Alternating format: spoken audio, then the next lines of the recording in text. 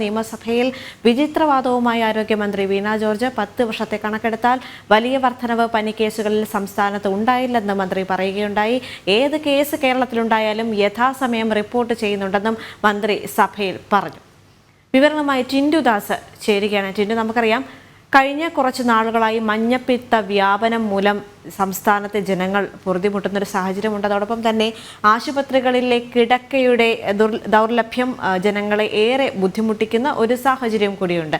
ഈ ഒരു അവസ്ഥയിലാണ് മന്ത്രി ഇത്തരത്തിലൊരു വിചിത്രമായ ഒരു മറുപടിയിലേക്ക് കടന്നിരിക്കുന്നത്. എന്തൊക്കെയാണ് വിശദാംശങ്ങൾ? അടിയന്തര പ്രമേയ സമയത്തായിരുന്നു മന്ത്രിയുടെ ഭാഗത്തു നിന്നും ആരോഗ്യവകുപ്പ് മന്ത്രി വീണ ജോർജിന്റെ ഭാഗത്തു നിന്നും ഇത്തരത്തിലൊരു പ്രതികരണം ഉണ്ടായത്. സംസ്ഥാനത്ത് വലിയ രീതിയിലുള്ള രോഗവ്യാപനത്തിന് ഔട്ട്ബ്രേക്കുകൾ ഉണ്ടായിട്ടില്ല.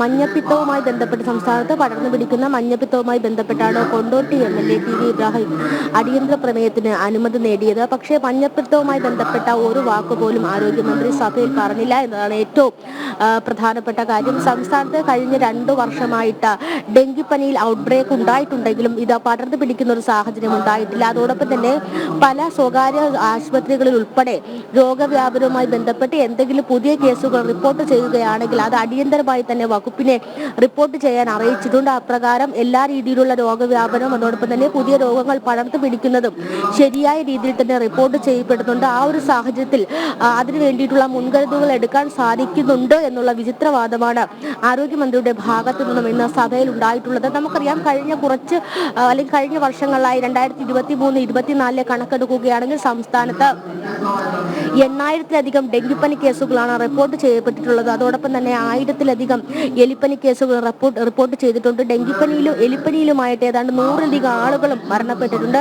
അതോടൊപ്പം തന്നെ ഹെപ്പറ്റൈറ്റിസ് എ, ഹെപ്പറ്റൈറ്റിസ് ബി, വെനീസ്ലേസ് പനി അതുപോലുള്ള പെട്ടെന്ന് പടർന്നു പിടിക്കുന്ന ഇത്തരം രോഗങ്ങളിൽ വ്യാപനശേഷി കൂടുതലാണ് ഉണ്ടായിട്ടുള്ളത്. പല കണക്കുകളിൽ നിന്നൊക്കെ വ്യക്തമാക്കിയിട്ടുള്ളതാണ്. നമ്മൾ തന്നെയാണ് ജനജീവി ഉൾപ്പെടെ അത് വലിയ രീതിയിലുള്ള വാർത്തയാക്കിയിട്ടുള്ളതുമാണ്. അത്തരത്തിലുള്ള രോഗങ്ങളൊക്കെ പടർന്നു പിടിക്കുന്ന സാഹചര്യം സംസ്ഥാനത്ത് ഇല്ല എന്നാണ് മന്ത്രിയുടെ വാദം. അതോടൊപ്പം തന്നെ മഞ്ഞപ്പിത്തം പടർന്നു പിടിച്ചിട്ടുള്ളത് അത് ജലസ്രോതസ്സുകളിൽ നിന്നുമാണ്. ആരോഗ്യവകുപ്പിന്റെ ഭാഗത്തു നിന്നും ഇത്തരത്തിൽ മഞ്ഞപ്പിത്തം വ്യാപിച്ചതിൽ ആരോഗ്യവകുപ്പിന്റെ ഭാഗത്തു നിന്നുമുള്ളൊരു വീഴ്ച ഉണ്ടായിട്ടില്ല എന്നും മന്ത്രി അതിസമൃദ്ധമായി തന്നെ സഭയിൽ വാദിച്ചിട്ടുണ്ട്. അതോടൊപ്പം തന്നെ മലേറിയ രോഗം പടർന്നു പിടിക്കുന്ന സംസ്ഥാനത്ത് ഇതുവരെ മലേറിയ രോഗം രൂപപ്പെട്ടിട്ടില്ല, അല്ലെങ്കിൽ സംസ്ഥാനത്തിൻ്റെതായ രീതിയിൽ പടർന്നു പിടിച്ചിട്ടില്ല. പലപ്പോഴും അന്യ സംസ്ഥാനത്ത് നിന്നാണ് മലേറിയ രോഗം സംസ്ഥാനത്ത് പടർന്നു പിടിച്ചിട്ടുള്ളതെന്നൊക്കെയുള്ള ഒരു വാദമാണ് ആരോഗ്യമന്ത്രിയുടെ ഭാഗത്തു നിന്നും ഉണ്ടായിട്ടുള്ളത്. എല്ലാ പതിവ് പറയുന്ന പോലെ തന്നെയാണ് കോവിഡ് കാലത്ത് അല്ലെങ്കിൽ കൊറോണ കാലത്ത് കേരളം കൊറോണയെ നേരിട്ടു.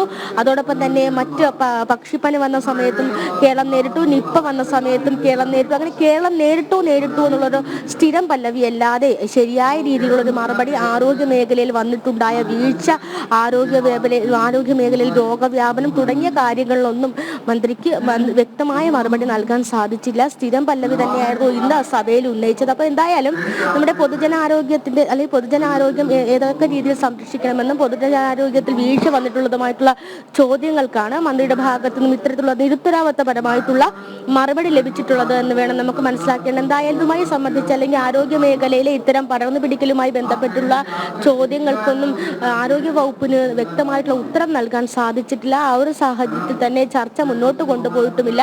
അടിയന്തര പ്രമേയത്തിനുള്ള അനുമതി നിഷേധിക്കുകയാണ് ഉണ്ടായത്. എന്തായാലും സ്ഥിരം പല്ലവിയിലൂടെ ആരോഗ്യമന്ത്രി വിചിത്രവാദം ഉന്നയിച്ചിരിക്കുകയാണ്. എന്തായാലും സംസ്ഥാനത്ത് രോഗവ്യാപന ശേഷി കുറവാണ്, പനി മരണങ്ങൾ കുറവാണ്, അല്ലെങ്കിൽ തന്നെ പനി പടർന്നു പിടിക്കുന്ന സംഖ്യയുടെ എണ്ണത്തിൽ കുറവാണ് എന്ന് തന്നെയാണ് ആരോഗ്യമന്ത്രി വീണ്ടും ആവർത്തിച്ച് പറയുന്നത്. ദേവിക. റൈറ്റ്, ടിൻഡു ദാസാണ് വിവരങ്ങൾ പങ്കുവച്ചത്.